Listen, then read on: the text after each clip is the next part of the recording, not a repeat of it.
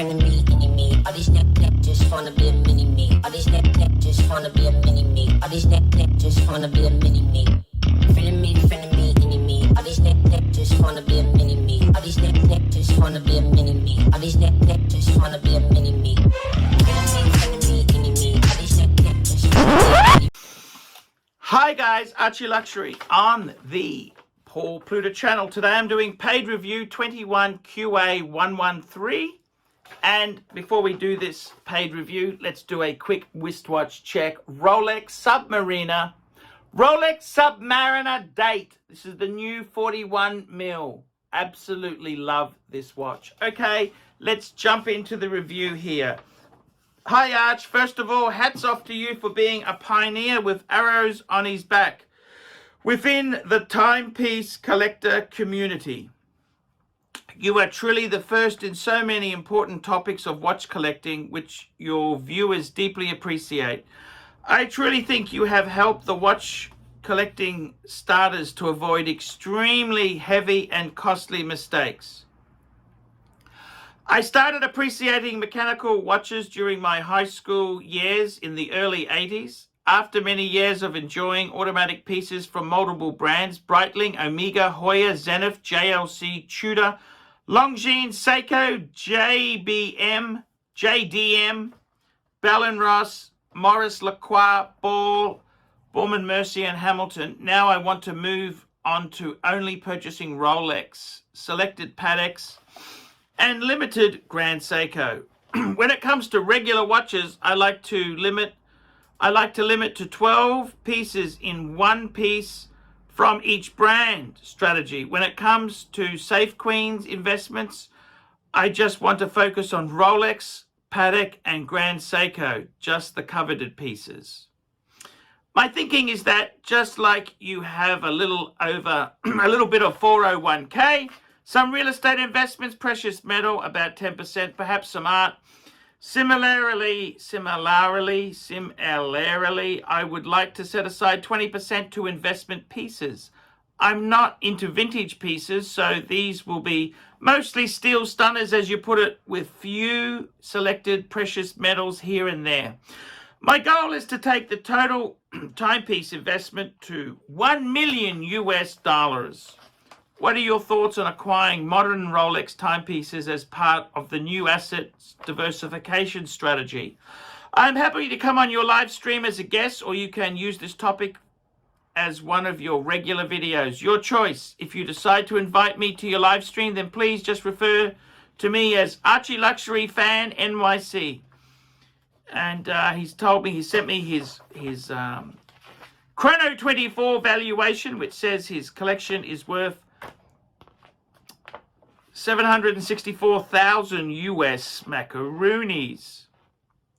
Here's my Chrono 24, says my collection is, my own value assessment is 15% less than what they show. That's probably a fairly conservative, that's probably being fair. You're doing a great job and a good community service to global watch collectors so that they don't fall into the dark hole of money losing abyss. Thank you, ArchieLuxury Fan NYC. Winning is a choice. Yes. Okie dokie. So let's have a talk about that. Timepieces as an asset diversification investment strategy. So I've got to say, it's very, very interesting. We are in very interesting times. And, you know, it's one of these things here. Watches are very, very unique. And I got to say to you, I really do love my watches. Here we go. Here's two. Submariner and an Explorer 2. So let's have a bit of a talk about this. What do I think as timepieces as an asset diversification investment strategy? I think watches are a very unique asset. There aren't many goods in this world you can buy new or used, slightly used. When I say slightly, I mean, 5 to 10 year old watches and you stand a chance of getting your money back. Normally, if you buy, say, a diamond ring, when you want to sell it, it's substantially less than you've paid for it. And even with inflation, it takes a long, long time before you can even break even. There's certain asset classes there, and I've got to tell you, wristwatches are very, very unique. And I got to say, what do I think myself there? I got to tell you, I think your goal of having, look, you haven't actually given me terribly much info as what your total net worth is, what your income is, what your liabilities are, but that's okay. What do I think of wristwatches as an asset diversification investment strategy? Well, there are pros and cons with wristwatches, and there are certain brands I would steer towards and certain brands I would stay out of. So let's discuss it. Firstly, what would I collect? What would I invest if you're wanting to buy pieces? Now, the truth is, you want to try and buy pieces as with Rolex, because they sell. You want to really buy the gold standard in Rolex is steel sports. Steel sports. You really want to buy steel sports. I think that's probably the best way to go in Rolex. Nothing wrong with Datejust or the Day Date or the Oyster Perpetual, but traditionally over time, the steel sports Rolex has been the safest bet. That's not to say in the future it will be the same, but it's most probably going to be the same. So I would say, if you're wanting to invest in pieces, I would tend to say you're better off to put your money into steel sports Rolex. Yes, definitely steel sports Rolex. And you want to, where it gets tricky with Rolex is, do you buy them at the inflated prices? You want, if preferably, you want to try and buy them as close to retail as possible. So that's a tricky thing. Now, the reality is, I think the sweet spot for steel sports Rolex is probably anything from 2000 onwards. And I think you can basically go for a classic example, any Submariner in steel, no date, perfect. Explorer 2s, they've been under the radar. That's another perfect thing. I would say the GMTs, they're also, any steel sports Rolex is actually pretty good. I would tend to say I probably wouldn't go for two-tone. If you're looking at it purely as an investment purpose, I would say steel sports, steel sports, steel sports. You want to preferably get pieces, box and papers, and just hold them. As far as Patek Philippe goes, well, you could say, maybe the same rule applies. Nautilus, Aquanaut, steel sports, Pateks. Unfortunately, they are very, very expensive. So you're going to be buying in at a really inflated price. Just like if you want a Panda or a Pepsi or a Cermet, you're going to be buying in at a high price. I think with Patek, the key is you would preferably like to get box papers Pateks, and I would say from late 90s onwards. Anything before that is normally 33 mils or 36 mils. I personally think the sweet spot in Patek is 37 mils. You want to get 37 or more. And I think classic things like the Pateks, the 5196 Calatrava is a great buy. Any of the annual calendars, including the 5035, which to some is a bit small, but it is actually a very inexpensive purchase. 5127s, 5107s, Calatrava automatics, you want to get them at, you want to sort of say 36 mil is the absolute smallest. And I think they would be quite safe buying, preferably box and papers.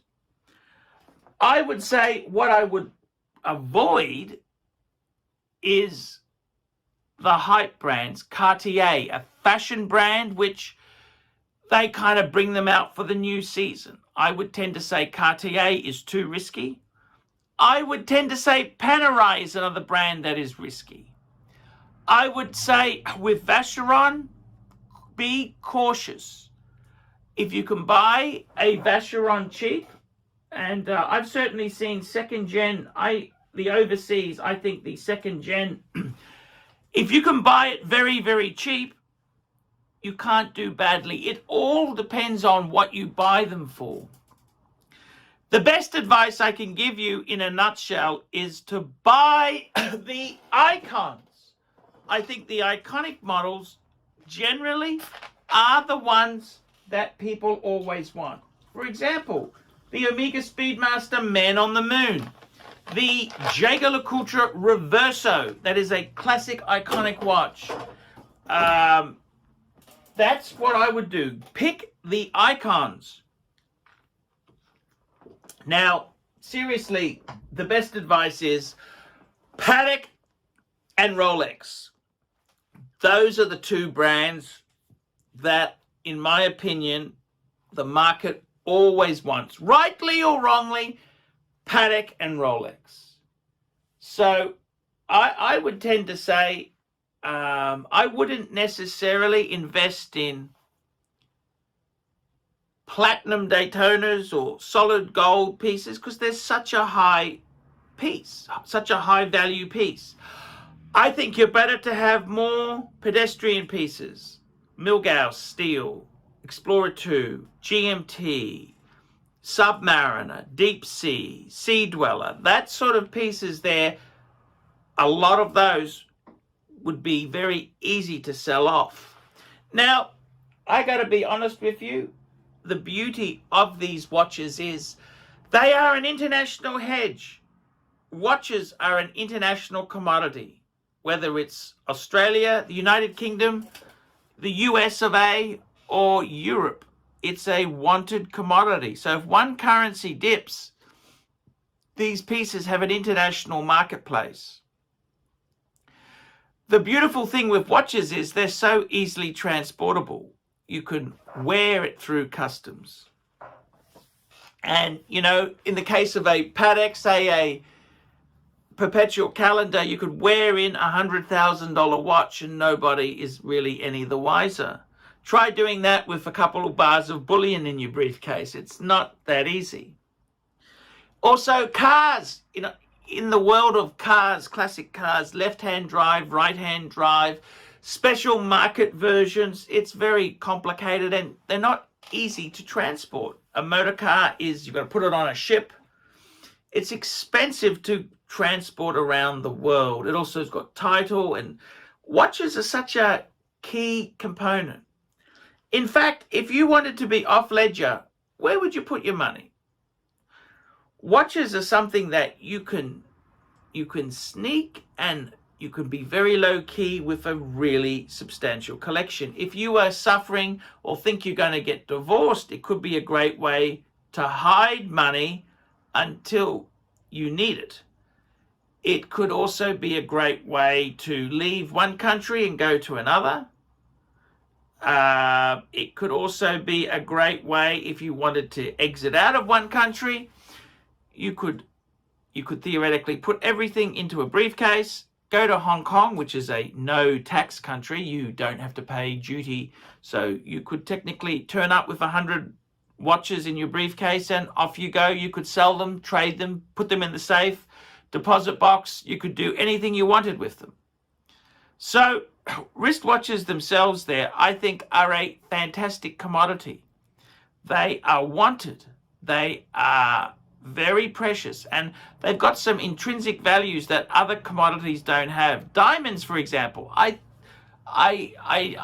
with diamonds themselves there, you'd think there should be a standard price around the world, but it's kind of not like that. They're not so easy to sell. Diamond dealers, very tricky people to deal with, whereas watches, there's a set price. You can go on Chrono 24, boom, boom, boom, boom, boom. The demand for watches is awe-inspiring. People want watches. China, Hong Kong, Singapore, everybody wants their wristwatches. And Rolex and Patek, that's the way to go there. So I got to tell you, I think myself, wristwatches could be the ultimate off-ledger asset. When I say off-ledger, what I mean is they don't really have a title deed which is registered with the government. They're in a suitcase. Possession is 9/10 of the ownership with watches.